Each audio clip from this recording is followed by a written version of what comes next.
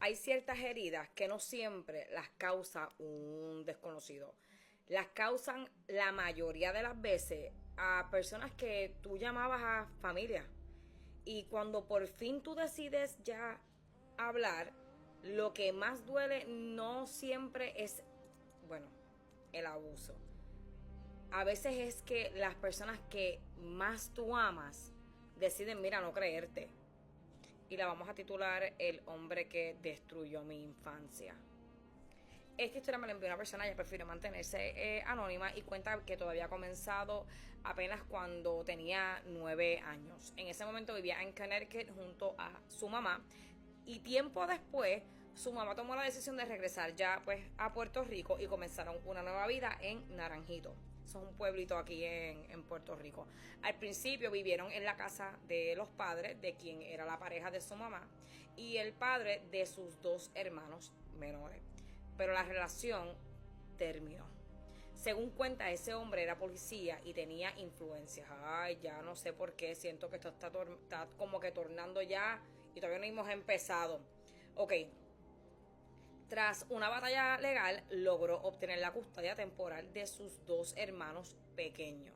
Su mamá quedó completamente devastada. Sin embargo, decidió levantarse, consiguió trabajo en la fábrica del Vocero. Eso es un periódico aquí en Puerto Rico bien famoso, donde trabajaba de madrugada junto a la abuela de la joven. Mientras ambas trabajaban, ella se quedaba sola en la casa con el esposo de su abuela. Y fue ahí donde, según relata, comenzó el peor capítulo de su vida. Una noche, mientras dormía, sintió que alguien le estaba acariciando. Cuando abrió los ojos, era el, era el esposo de su abuela. Dice que quedó completamente paralizada del miedo. Entonces él se le acercó y le susurró algo que a ella jamás se le olvidó. No le digas nada a nadie, porque nadie te va a creer. Ella tenía apenas solo 10 años y por miedo ella guardó, imagínense, 10 años, una bebecita, ¿me entiende? Y ella guardó silencio. Según cuenta, desde ese momento comenzaron, pues, ella dice los abusos. Dicen que ocurrían, mira, una y otra vez.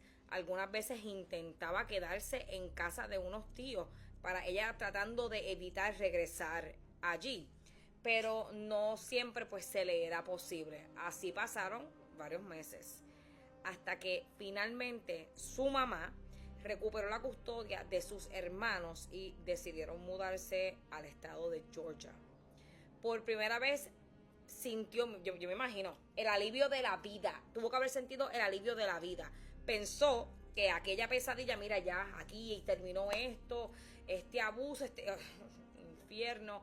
Pero un año después su abuela ¡ay, no! Un año después su abuela se mudó nuevamente a Connecticut. Y su mamá decidió mudarse también. No, es que ella ya tenía 12 años, ya está más grandecita. Todavía una bebé, pero me están entendiendo la diferencia de a la que tenía. Pensó que jamás volvería a pasar por aquello, pero según cuenta, se equivocó. Relata que cada vez que se quedaba en casa de su abuela, aquel hombre aprovechaba las noches. Dice que su abuela tomaba medicamentos, que ya ustedes saben, si bebes medicamentos para dormir, que pues la hacían dormir profundamente y nunca se daba cuenta cuando el hombre salía de la habitación. Según cuenta, los abusos continuaron hasta que ella cumplió 14 años. Y durante todo ese tiempo, él seguía repitiéndole la misma amenaza, que nadie le iba a creer. Que como ella recibía atención psicológica y tomaba medicamentos, todos pensarían que, mira, te estabas inventando la historia. Van a pensar que tú estás loca, que todo eso está en tu cabeza. Hijo de la gran perra. Un día fue a quedarse en casa de una tía por parte de su papá. Esa noche estaba viendo una película de Lifetime basada en un caso real de abuso. Entonces, mientras ella la veía, no pudo contener el llanto. Su tía detuvo la película, la miró fijamente y le hizo una pregunta. ¿Alguna vez el esposo de tu abuela, me imagino que pues le dijo, ¿te ha tocado? Ella aterrada respondió que no, pero su tía insistió. Le confesó que desde hace tiempo había notado la forma extraña en que pues, ese hombre la miraba y volvió a preguntarle. Fue entonces cuando por primera vez, después de 4 años de silencio, se atrevió a decir la verdad, le contó todo. Su tía llamó inmediatamente a su mamá. Su mamá llegó desesperada, llamó a la policía, la llevaron al hospital para ser pues evaluada cuando este tipo de sucesos suelen suceder. Y según cuenta, los medios confirmaron que llevaba años siendo víctima de abuso, ya ustedes saben. El hombre fue arrestado, pero para ella lo peor todavía no había llegado. Si ustedes piensan que eso terminó aquí, su propia abuela decidió no creerle. Su propia abuela, habiendo pruebas y todo. Ya la llevaron al hospital, habían pruebas. Según relata, defendió a su esposo desde el primer momento. Incluso le pagó un abogado. Les dio la espalda tanto a ella como a su mamá y continuó viviendo con él como si nada hubiera pasado.